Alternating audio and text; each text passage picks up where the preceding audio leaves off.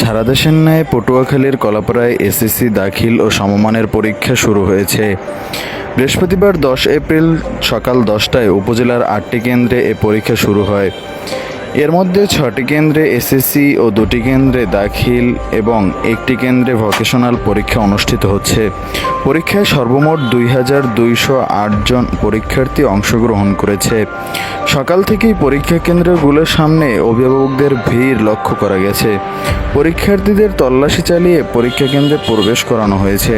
প্রতিটি কেন্দ্রে পুলিশ সদস্য মোতায়েন করা হয়েছে। সুষ্ঠুভাবে পরীক্ষা সম্পন্ন করার লক্ষ্যে কেন্দ্রগুলোতে নির্বাহী ম্যাজিস্ট্রেট ও উপজেলা নির্বাহী কর্মকর্তার উপস্থিতি লক্ষ্য করা গেছে। নিউজ ডেস্ক, কলাপাড়ার কথা।